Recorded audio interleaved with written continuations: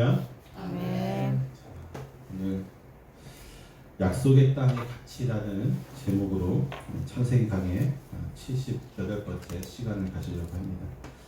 지난주에 우리가 설교를 통해서 사라를 잃었던 아브라함의 그 고통이 얼마나 큰지, 그렇지만 그럼에도 불구하고 그는 하나님의 약속의 땅을 위해서 앞으로 나아갔다, 슬픔 중에 나아갔다고 하는 교훈을 얻었습니다.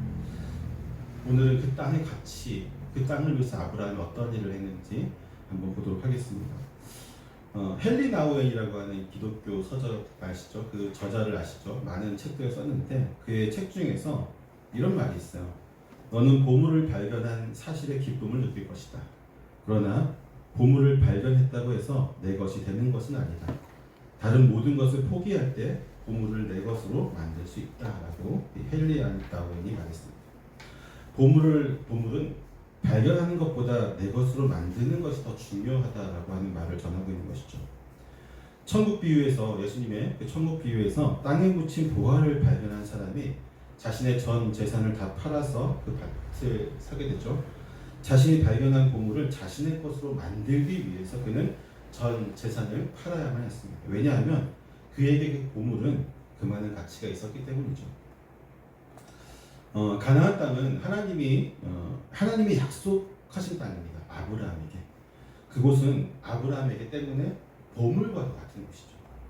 비록 하나님으로부터 그 땅의 약속을 온전히 받는 것, 즉 이 가나안 땅이라고 하는 약속의 땅을 차지하는 것이 400년이 훨씬 더 지난 이후에 이루어진다는 것을 그는 알게 되었지만, 그는 그 약속의 땅에서 나그네로 살면서도 항상 그 보물을 온전히 소유하고자 하는 마음을 가지고 있었던 것입니다. 막벨라굴을 정당하게 거래하는 본문의 내용은요, 단순히 매장지를 사기 위한 아브라함의 행동을 묘사한 게 아니에요. 단순히 아내 사라를 매장하기 위해서 그 땅을 사기 위한 그런 행동이 아니라 보물을 발견한 이가 보물을 소유하기 위해 최선을 다하고 있는 모습을 본문에서 우리에게 보여주고 있습니다. 아브라함은요, 선물이 아닌 거래를 원했습니다. 사라의 시신 앞에서 슬퍼하며 애통하였던 아브라함은 그 자리에서 일어나 헷 족속에게로 갑니다. 제가 예전에 몇 번 설명했지만 이 성문은 어떤 곳이라고 했어요? 성문은 그 성에 있는 지도자들이 모여서, 그러니까 성문에 앉아 있는다고 하는 표현들이 성경에 몇 번 나오잖아요. 롯도 그 천사들을 맞이할 때 성문 앞에 앉아 있었죠.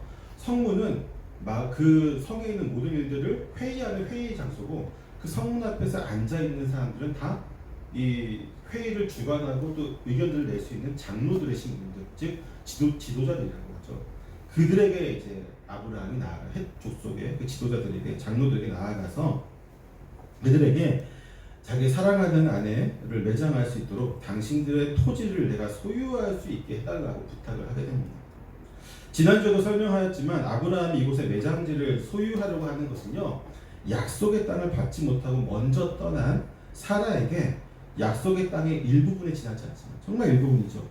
그 일부분이라도 매장지로서 온전히 자신들의 소유로 그녀에게 주기 위한, 그녀가 약속의 땅에 묻히기를 원하는 거죠. 자신뿐만 아니라 그녀 그리고 자신의 후손들도 약속의 땅에 묻히기를. 비록 지금은 나그네의 신분이고 거류민이지만 그럼에도 불구하고 약속의 땅에 묻히기를 원했던 겁니다. 그것도 빌려주는 땅이 아니라 소유, 우리의 소유의 땅에서. 또한 400년 뒤에 돌아와 진정한 약속의 땅을 받게 될 후손들의 이정표가 될 수 있는 장소로 삼기 위함이었습니다. 하지만 이 헤브론 지역의 땅을 아브라함이 소유한다는 것은요, 사실 매우 어려운 일이었어요. 헷 족속이 아브라함을 대하는 태도를 보면요, 그들이 아브라함을 얼마나 존귀하게 여기고 있는지를 잘 알 수 있습니다. 먼저 아브라함의 요청에 헷 족속은 6절에서 뭐라고 얘기하냐면 내 주여 들으소서. 뭐라고요? 내 주여 들으소서. 당신은 우리 가운데 있는 하나님이 세우신 지도자입니다 라고 얘기해요. 아브라함을 굉장히 높이고 있죠. 내 주여, 당신은 우리 가운데, 이 헷 족속 가운데서 하나님이 세우신 지도자입니다. 아브라함의 영향력이 헷 족속 가운데 얼마나 큰지를 분명히 보여주고 있습니다. 또한 막벨라 굴을 소유하고 있던 에브론 역시도 아브라함에게 뭐라고 얘기합니까? 내 주여라고 대답을 하고 있어요. 그러니까 헷 족속은 전부 다 지금, 심지어는 여기 헷 족속의 장로들이죠. 헷 족속에서 가장 신분이 높은 사람들이 아브라함에게 주연한 표현을 쓰면서 그에게 우리의 지도자와 같은 분이다라고 얘기했어요. 헷 족속이 이렇게 아브라함을 존귀하게 대하는 것은요, 이미 오랫동안 그와 함께 같은 지역에 동거하면서 그와 함께 하시는 하나님의 역사를 실질적으로 체험하고 경험했기 때문이죠. 아브라함은 하나님과 동행하는 사람이라는 사실을 이미 수십 년을 그 동네에서 같이 살면서 그들은 눈으로 보고 체험하고 경험했다는 거죠.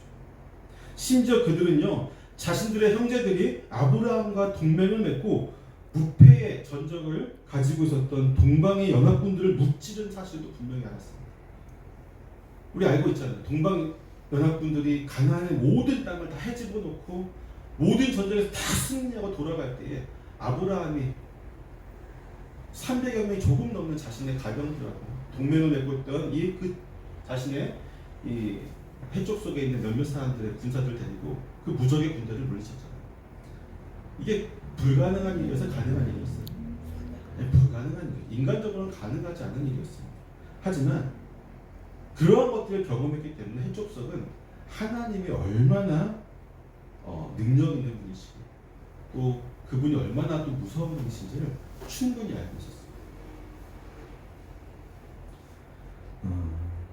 또한 그들 옆에 있었던 그러랑 아비멜렉과 아브라함 사이에 있었던 일들도 그들은 들었을 것이고, 또 심지어는 아비멜렉이 직접 아브라함에 찾아와서 동맹을 맺어달라고 사정했던 사정도 충분히 알고 있었기 때문에 지금 비록 아브라함이 자신들의 땅에 나그네처럼 거류하고 있지만 그 사람이 얼마나 대단한 사람인지 분명히 그들은 인식하고 있었다고 하는 것이죠. 하지만 그렇게 존귀하게 대하고 그가 얼마나 하나님의 사랑을 받고 있는 자이며 큰 능력이 있는 자임을 알고 있었음에도 불구하고 그들은 아브라함이 헷족 속에 자신들의 땅을 소유하기를 원하지 않았어요. 왜냐하면 그곳의 땅을 소유한다는 것은 어떤 의미를 가지고 있냐면요, 땅을 소유하고 있다는, 즉 소유하는 사람은 더 이상 거류민이나 나그네가 아닙니다. 정착민이 되는 거죠. 정착민이 된다는 것은 그곳에서 시민권을 얻는다는 것 같은 거예요. 우리가 뭐 미국이라든지 어디 가게 되면은 사람들이 뭐 시민권을 얻기 위해서 여러 가지 노력들을 하잖아요. 그것처럼 거기서 정당한 땅을 소유한다는 것은 내가 당신들에게 똑같은 권리를 갖고 있다는 말과 똑같은 거거든요. 그들은 아브라함이요, 자신들과 같은 시민권자가 되기를 원치 않았던 것이죠. 왜냐하면 첫째로 아브라함이 그들과 같은 다른 민족이, 아브라함이랑 전혀 다른 민족이죠. 하지만 심지어 두 번째 이유가 연결되는데, 다른 민족인 아브라함이 그들의 리더가 되기를 원치 않았기 때문입니다. 이미 아브라함의 명성과 힘은 이 헤브론 지역 전체에서 겨룰 자가 없을 만큼 대단한 사람이었죠. 그들이 하나님께서 세우신 지도자라고 표현할 정도로 아브라함은 이미 헷 족속에게는 사실상 실질적인 리더와 마찬가지였어요. 헷 족속은 아브라함의 말을 거역할 자가 거의 없을 정도로 아브라함의 그런 영향력은 어마어마했습니다. 근데 그러한 사람이 자신들과 똑같은 시민권자가 된다, 똑같은 지위를 가지게 된다. 어떻게 될까요? 나그네임에도 불구하고, 여기 정착하지 못하고 겨우겨우 그냥 떠돌아다니는 그런 신분임에도 불구하고 실질적인 리더와 같은 역할을 하고 있어요. 그렇죠? 전쟁이 일어나면 아브라함을 중심으로 모일 정도죠. 그런데도 불구하고 그가 실질적으로 자신들의 땅을 소유한 시민권자가 된다면 어떻게 되겠습니까? 예, 실제로 왕이 된다는 걸 의미해요. 진짜 왕이 되는 거죠.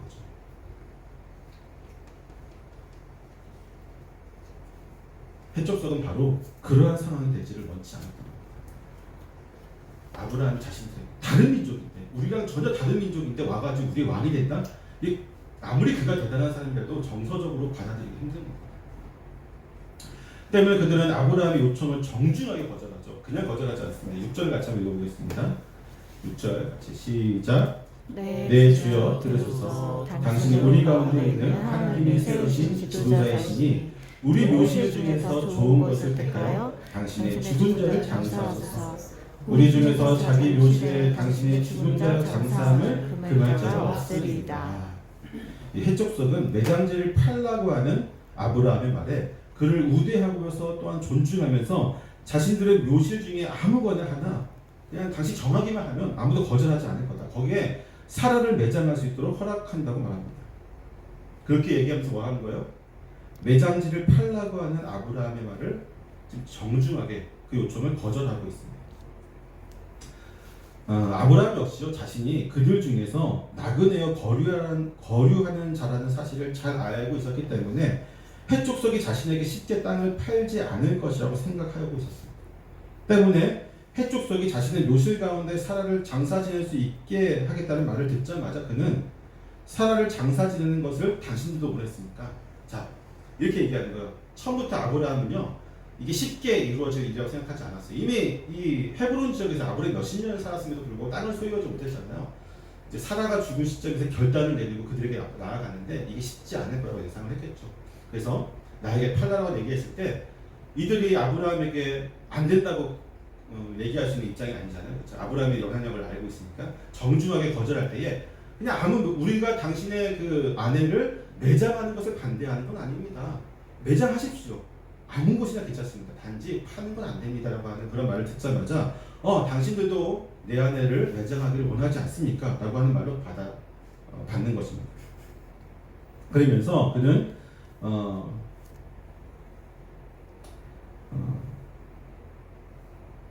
에브론에게 이제 자신의 말을 전해달라고 얘기하죠. 때문에 그는 사라를 장사 지내는 것을 당신들도 원하고 있으니까 그것을 위해 소알의 아들 에브론에게 이렇게 얘기를 해달라고 해서 뭐라고 얘기하냐면 그 밭머리에 있는 막벨라고를 내게 충분한 대가를 받고 팔게 하여 달라고 이 장로들에게 요청을 합니다. 그리고 마침 그 성문에 앉아 있었던 아브라함의 말을 듣고 있었던 에브론이 일어나서 아브라함이 바로 대답을 하죠. 근데 에브론의 신분도 뭐예요? 장로라는 것을 충분히 이해할 수 있죠. 그가 아브라함에게 내 주여 그리마소서 내 말을 들으소서 내가 그 밭을 당신에게 드리고 그 속의 굴도 내가 당신에게 드리되 내가 내 동족 앞에서 당신에게 드리오니 당신의 죽은 자를 장사하소서라고 말하고 있습니다. 에브론 역시 정중하게 말하고 있지만 뭐예요? 그 또한 아브라함에게 땅을 팔지 않겠다라고 말하고 차라리 땅을 선물로 주면 주었지 그건 가능하지만 팔지 않겠다고 하는 것입니다. 해족속과 에브론의 말은 모두 아브라함이 정당한 토지의 땅의 소유자가 되지 않도록 하기 위한 조치였던 것이죠. 물론 에브론이 아브라함에게 막벨라고를 선물로 주겠다고 하였지만 그것으로 그 땅이 아브라함의 정당한 소유가 되는 것은 아닙니다. 왜냐하면 정당한 소유가 아닌 땅은 언제든지 돌려받을 수 있기 때문입니다. 근데 이 당시에는 특히 선물로 주면요 그 사람 대에만 유효해요. 그래서 그 사람이 죽으면 아브라함이 죽으면 그 땅을 다시 회수할 수가 있어요. 이해가 되시죠? 때문에 자기의 후손과 영원토록 그 땅을 소유하기를 원했던 아브라함은 선물을 받지 않는 거죠. 거절하는 겁니다. 아마도 에브론은요 막벨라고를 아브라함에게 임대 형식으로 주기로 했던 것 같아요. 임대 형식으로 빌려주어서 그의 가족들이 매장지로 활용할 수 있도록 하기 위한 이런 말을 했던 것입니다. 비록 땅을 주었지만 정당한 소유자가 되지 못하게 함으로써 아브라함이 시민권을 가지지 못하게 하는 것입니다. 그럼에도 불구하고 아브라함은 다시 한번 에브론에게 간청을 합니다. 당신이 합당히 여기면 청하건대 내 말을 들으소서. 내가 그 밭값을 당신에게 주리니 당신은 내게서 받으시오. 내가 나의 죽은 자를 거기 장사하겠노라. 그러자 에브론은 다시 아브라함에게 내 주여 내 말을 들으소서. 땅값은 은 400세겔이나 그것이 나와 당신 사이에 무슨 문제가 되니까 당신의 죽은 자를 장사하소서라고 얘기합니다. 그러니까 은 400세겔이라고 하는 터무니없는 값을 제시하면서 살 생각하지 말고 내가 줄 때 받으시오라고 얘기하고 있어요. 마음이 좋네. 여러분 에브론이 땅값으로 400세겔이라고 하는 터무니없을 값을 지금 제시하고 있는 것은요 아브라함에게 땅을 팔지 않겠다고 하는 것을 분명히 완곡하게 표현하고 있는 것이 동시에 이것은 또한 자기의 동족들이 지금 성문 앞에서 다 보고 있잖아요. 동족들에게도 나는 아브라함에게 땅을 팔 생각이 없습니다라는 것을 보여주기 위한 거죠. 왜? 팔게 되면 배신자가 되니까. 아까 아이들 설교 때도 얘기했지만 은 세겔이라고 하는 단위는요 무게의 단위예요. 무게의 단위. 그러니까 우리가 뭐 1,000원, 2,000원 할 때 원은 돈의 단위죠. 세겔은 돈의 단위가 아니라 무게의 단위예요. 그래서 세겔은 정확하게 11g이에요. 11g. 그럼 400세겔은 뭘까요? 은 400세겔은 은 4.4kg입니다. 4,400g이죠. 이 4.4kg 요즘 현대인에게 은혜의 가치가 하도 낮아져가지고 은 400세겔이 얼마나 큰 가치인지 잘 모르겠지만 제가 어저께서 컴퓨터 찾아봤어요. 은이 얼마인가 했더니 요즘 가격이 3.75g당 약 4,000원 안팎으로 시세가 형성이 되고 있어요. 그러니까 요즘 시세로 이제 계산을 해보니까 은 400세겔이 대략 한 470만 원 정도의 가치를 가지고 있는 거죠. 470만 원. 이렇게 보면 어떻게 보면 시골 땅 470만 원 괜찮은 값이 될 수도 있겠다라고 생각도 들어지지만 하지만 여러분 이건 아까도 얘기했지만 지금 우리가 생각하고 있는 전 세계 생각하고 있는 은의 가치죠. 세공 기술과 어떤 정제 기술이 충분히 발달되는 현대에서는 많이 가치가 떨어졌어요. 당시에는 되게 높았다는 것이죠. 예를 들어서요. 예레미야가 아나돗에서 구입한 땅의 가격이 얼마였냐면 17세겔이었습니다. 예레미야 32장 9절이 나오죠. 그 땅을 밭을 샀을 때 17세겔, 17세겔. 400세겔은 어마어마한 차이가 있죠. 또 다윗이 아라우나의 타작마당을 구입한 비용 역시도 얼마였을까요?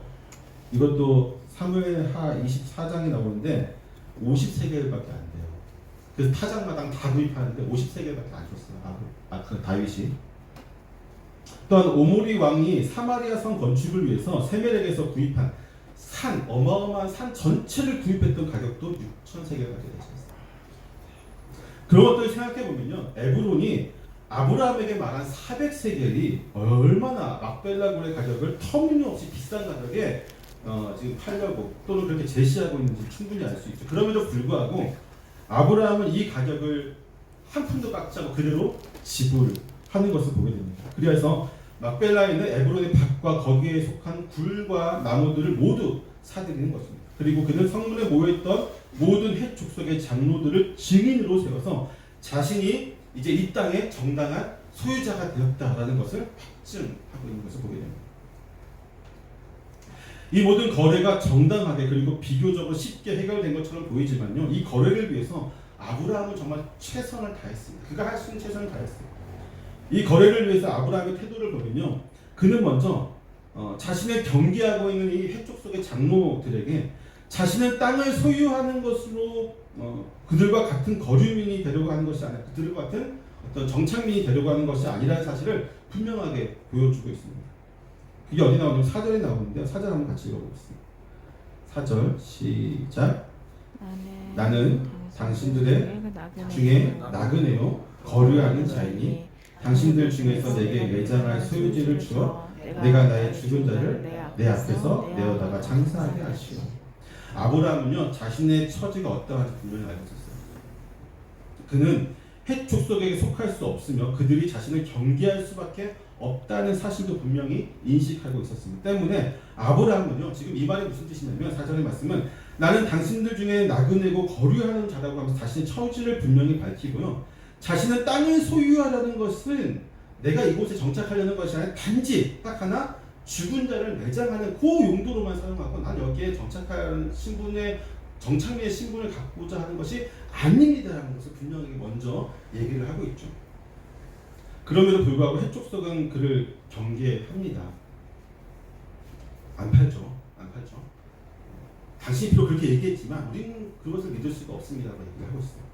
그러니까 그는 어떻게 합니까? 다시 몸을 굽히고라는 표현을 쓰고 있죠. 몸을 굽히고. 에브론의 막벨라굴을 살 수 있도록 요구를 합니다. 여기서 몸을 굽혔다고 하는 말이 뭘까요, 여러분? 그들 앞에 절을 하고 있다는 거죠. 이것은 누가 하는 거예요? 종이 주인에게 하는 표현을 지금 해족 속의 모든 사람들에게 존귀한 자로 여김을 받고 있는 아브라함이 그들에게 지금 하고 있어요. 그리고 이런 모습은요, 에브론이 자신의 굴을 선물로 주겠다고 했을 때 다시 한번 해족 속에 있는 모든 백성들 앞에서 그가 역시 똑같이 몸을 굽히면서 절을 하면서 요구를 하고 있습니다. 그런데 지금 사실상 헷 족속에게 아브라함은 영웅이면서 동시에 두려운 존재였습니다. 때문에 그는 이렇게까지 하지 않더라도 그 뜻을 관철시킬 수 있는 힘이 있었어요. 힘이 있었다.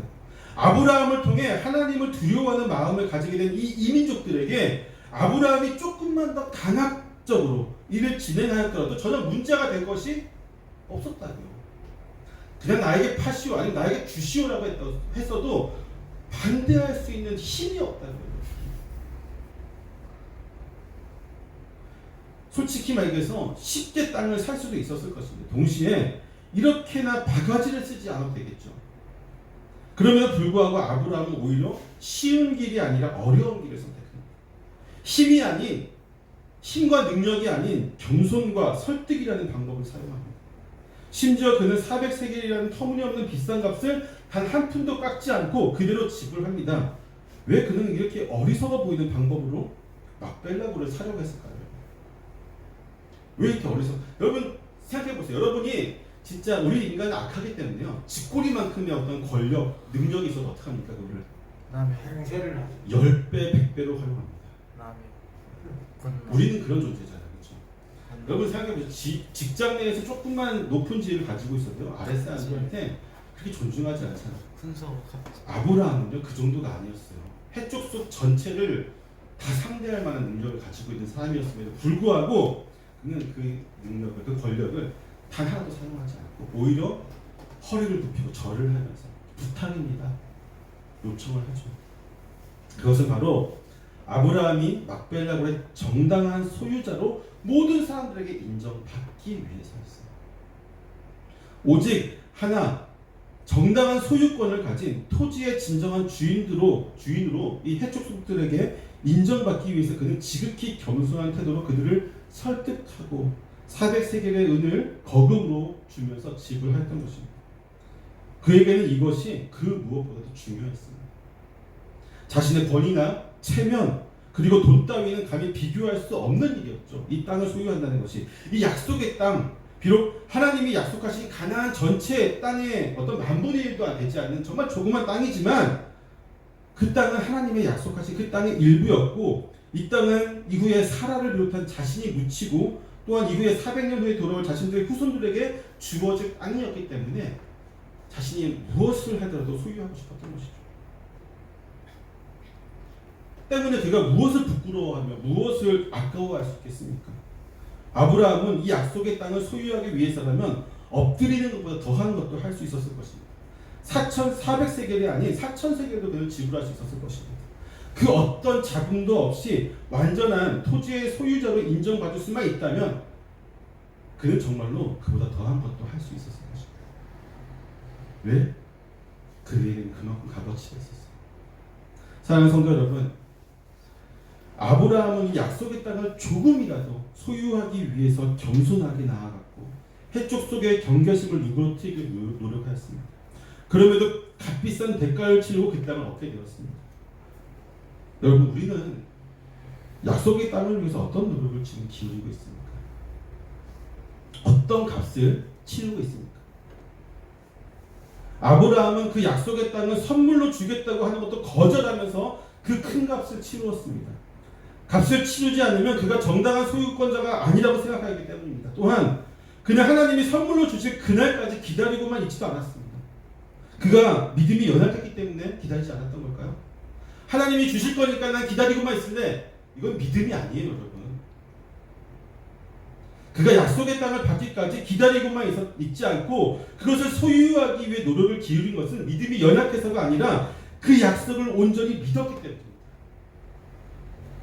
그 약속이 이루어질 그날을 기대하며 또 기대하고 있었기 때문에 조금이라도 그 땅을 소유하려고 했던 거예요. 400년 뒤에 자신들이 그 땅의 온전한 주인으로서 자신의 후손들이 올 때 이정표로 삼기 위해서 이 땅이 정말로 하나님이 우리에게 주신 그 약속의 땅이라는 것을 그가 믿었기 때문에 살 수 있었던 거예요. 400세겔이라는 어마어마한 돈을 줄 수 있었던 것은 다시 한번 얘기하지만 믿음이 연약해서가 아니라 믿었기 때문에, 진짜 그 말을 믿었기 때문에. 우리는 어떻습니까? 우리의 구원은요 분명 하나님의 값없는 은혜로 받은 것입니다. 믿으십니까? 하나님은 우리를 약속의 땅으로 부르시기 위해서 아무런 조건 없이 예수 그리스도를 주셨고 그분의 보혈로 우리 모두를 죄에서 구원하여 주셨습니다. 분명히 그것은 값없는 은혜고 값없는 선물이었어요. 감히 값을 매길 수 없는 은혜의 힘을 우리는 부인할 수 없을 것입니다. 하지만 이 선물을 받은 우리의 모습은 어떻습니까? 혹시 선물을 받고 그냥 마냥 기뻐하고 즐거워하는 어린아이의 모습으로 여전히 주님께 나아가고 있지는 않습니다. 오히려 하나님께 이러고 있진 않아요. 하나님, 구원이라는 선물 주셔서 참 기쁘고 즐거운데 또 다른 선물 없어요? 하나님, 구원이라는 선물을 받았으니까 이제는 복이라고 하는 선물도 주세요. 하나님, 재물이라고 하는 선물, 건강이라고 하는 선물 주실 거 많잖아요 하면서 떼 쓰고 있진 않아요, 우리가 혹시? 어린아이는요, 자신이 받은 보물을 온전히 자신의 것으로 만들 수 없습니다. 저희 아이들도 그렇지만 선물을 많이 사주잖아요, 부모들이. 그렇죠? 사주면 아이들 어떻습니까? 제가 경험한 바로는 100에 99명의 아이들은 받는 순간에만 기뻐해요. 그것을 진짜 특별한 아이들 빼놓고는요, 일주일 이상 그것을 가지고 온전히 지키지 않아요. 일주일이면 많이 흥미를 갖고 있죠. 일주일만 지나면 다른 것에 또 흥미를 적어주세요. 이렇게 되버리죠. 근데 이게 우리의 신앙의 모습이 아닌가를 좀 고민해봤으면 좋겠어요. 아까도 처음에 시작할 때 얘기했지만 보물을 발견하는 것이 중요한 게 아니죠. 보물을 소유하는 것이 중요합니다. 우리가 구원을 받은 것, 그래서 분명히 하나님의 선물이고 내가 구원받은 자라는 사실을 우리가 깨닫는 것도 너무나 즐거운 거지만 이것을 끝나는 것은 너무나도 어린아이 같은, 기초와 같은 그러한 신앙의 모습입니다. 그것을 소유하기 위해 그 어떠한 행동도 취하지 않은 것은 우리가 스스로가 어린아이의 신앙을 가지고 있다라고 이야기하는 것과 동일합니다. 우리는 마치 잘 익은 홍시 감나무를 발견한 곰이 그 아래에 누워서 입을 벌리면서 감이 떨어지기를 기다리고 있는 모습과 같은 그런 어리석은 모습으로 구원이라고 하는 보물을 취하려고 하고 있습니다. 만약 여러분 아브라함이요 하나님이 약속의 땅을 주실 것이라고 하는 그날을 기다리고만 있었다면 사라는 물론이고 그 또한 이삭과 야곱은 그들의 소유의 땅에 하나님 약속하신 그 땅에 묻힐 수가 없었을 겁니다. 아마 400년이 지난 이후에는 가능했겠죠. 이스라엘 민족이 가나안 땅을 정복할 때까지 여전히 그들은 땅을 소유하지 못한 나그네와 거주민의 신분으로 묻혀야만 했을 것입니다.